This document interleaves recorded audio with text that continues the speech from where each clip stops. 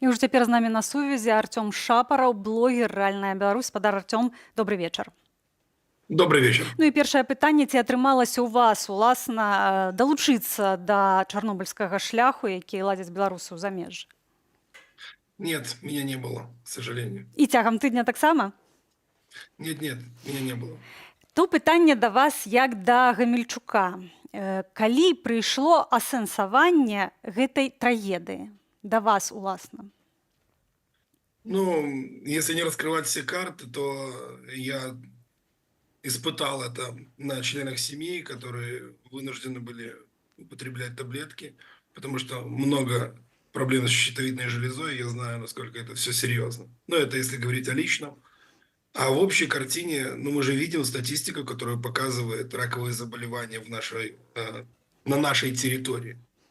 Вот. И, ну, мы говорим об этом из года в год, и чем больше мы об этом говорим, тем больше людей подтверждают наши слова. Это катастрофа, но мы должны понимать, что катастрофа случилась, но мы могли бы избежать многих последствий, которые были. Огромное количество людей просто стояло в свое время и наблюдало за чем-то очень красивым на мосту, а после этого все эти люди погибли. Почему это произошло? Потому что средства массовой информации в тот момент отрицали проблему. Ну, сапраўды, менавіта тут пытанне і прапаганды, і ўлады. Яны замест таго, каб расказаць тое, што было, старанным чынам гэта хавалі. А на вашу думку, чаго яны дамагацца такім чынам хацелі?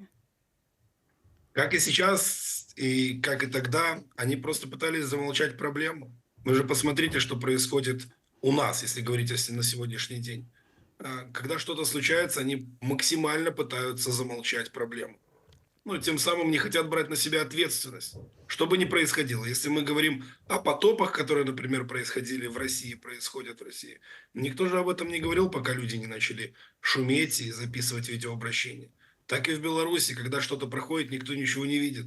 В Бресте, как строили аккумуляторный завод, только люди говорили о проблемах этого аккумуляторного завода, а власти молчали. И только когда началась предвыборная кампания, Лукашенко соизволил туда приехать и что-то якобы людям пообещать. То есть это нормальная практика для таких стран. Они замалчивают проблему, потому что им по барабану на людей. Ну, объективно, им плевать на людей.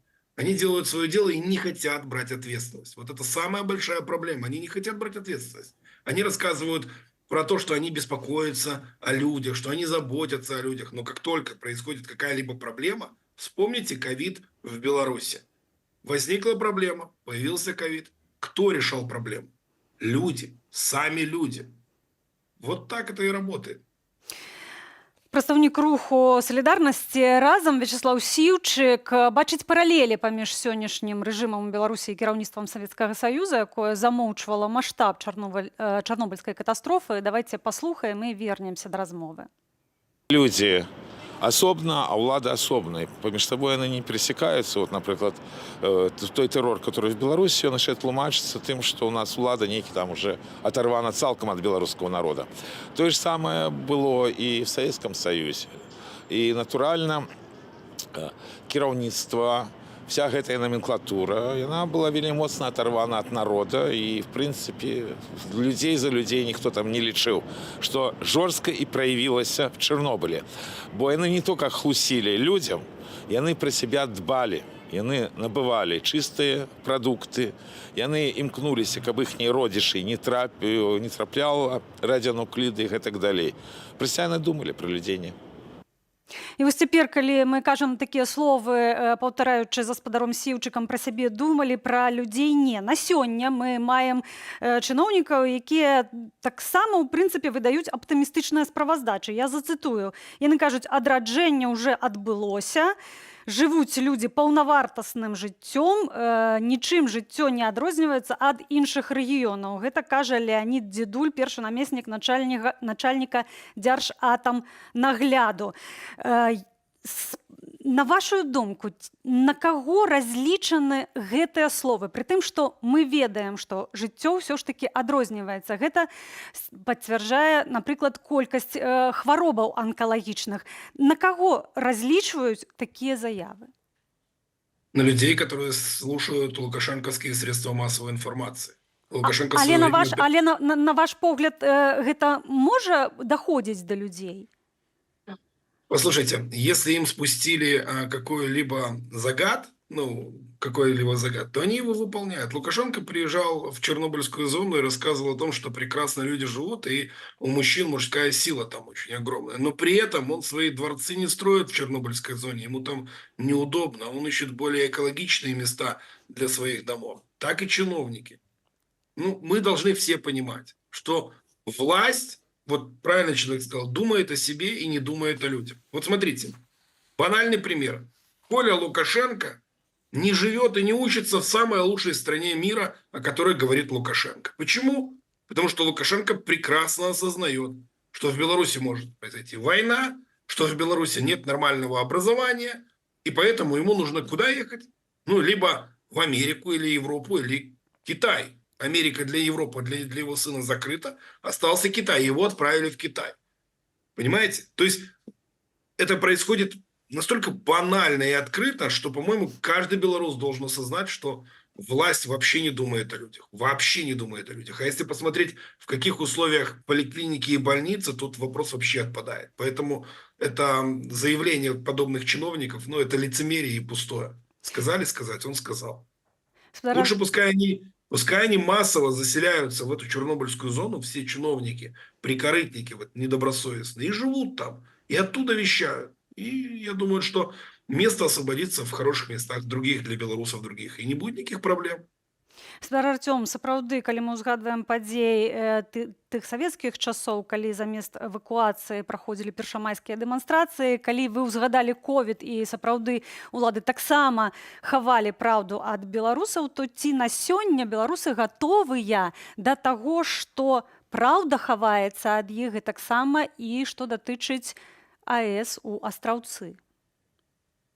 Каждый из белорусов понимает ответственность, особенно понимает безответственность лукашенковского режима и понимает, что все, что они делают, это опасно. В данной ситуации было слишком много информации о том, что АЭС строилась с нарушениями, что реактор был поврежден. Также поступала информация о том, что российские радиоактивные отходы планируют где-то прятать на территории Беларуси, и все это белорусы понимают прекрасно. Но, к сожалению, с данным режимом в данную минуту ничего нельзя сделать, вот прям сразу. Поэтому идет определенный процесс наших демократических сил.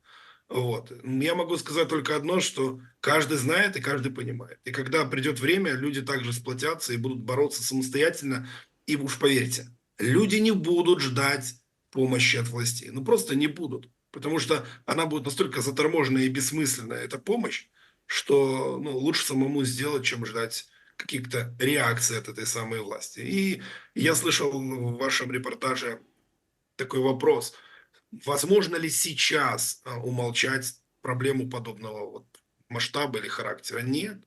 Нет. Даже сейчас стекается информация со всех уголков страны, блогерам, средствам массовой информации, что происходит в Беларуси. Поэтому моментально информация разойдется в средствах массовой информации, в телеграммах, тиктоках, в сети. Это произойдет моментально. И реакция людей будет также моментальной. Немножко другая ситуация. Время шагнуло вперед. Фізік-ядравік Андрэй Жароўскі ацаніў падрыхтаванасць уладаў Беларусі да магчымага надзвычайнага здарэння на БелАЭС у Астраўцы. Давайте послухаем. А знаете, какие планы белорусского МЧС? Должны быть пункты в городах и поселках, пункты раздачи йодных таблеток. То есть эти идиоты, эти преступники будут заставлять в случае аварии людей выходить из дома, стоять в очереди, где будут раздавать йодные таблетки. Кто этот план писал, я уже сказал, или идиот, или преступник, или и то, и другое. Еще раз повторю, опыт стран, Литва, например, раздала йодные таблетки в 30-километровой зоне от белорусской атомной станции. Это мало, это полумеры, надо, конечно, раздать и Вильнюсу тоже, но я думаю, они над этим работают. Спадар Артём, натуральна, што мы настройваемся на пазітыўны ўсё ж такі ход падзеяў. Тым не менш, вы кажаце, што у выпадку, калі нешта здарыцца на АЭС у Астраўцы, людзі будуць кансалідаваныя. Ці на вашу думку, тая сітуацыя, у якой беларусы цяпер пад моцным прыгнётам рэжыму Лукашэнкі, як гэта будзе выглядаць, на вашу думку? Будет выглядеть так, как и выглядело это с ковидом. как это выглядело в 2020 году, когда люди выносили под подъезды кульки с лекарствами. Так оно и будет выглядеть. Режим Лукашенко держится на страхе, как и раньше держался, так и сейчас держится. И когда люди массово поймут, что им угрожает серьезная опасность, власти ничего не смогут сделать. Они не могли тогда и не могут сейчас. Это нужно понимать. Да, сейчас режим более неадекватно реагирует на какие-то выпады или какие, не дай бог для них, выходы какого-нибудь пикета. Но суть от этого не меняется. Когда опасность будет, люди выйдут, будут спасать себя, и никто из них ничего не сможет сделать. Никто.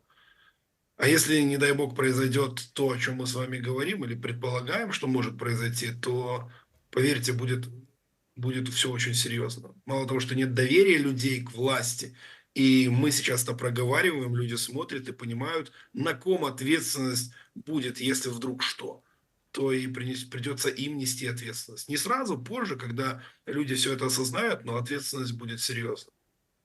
Дзякую за гэтую размову. Артём Шапараў, блогер «Рэальная Беларусь», быў з намі на сувязі.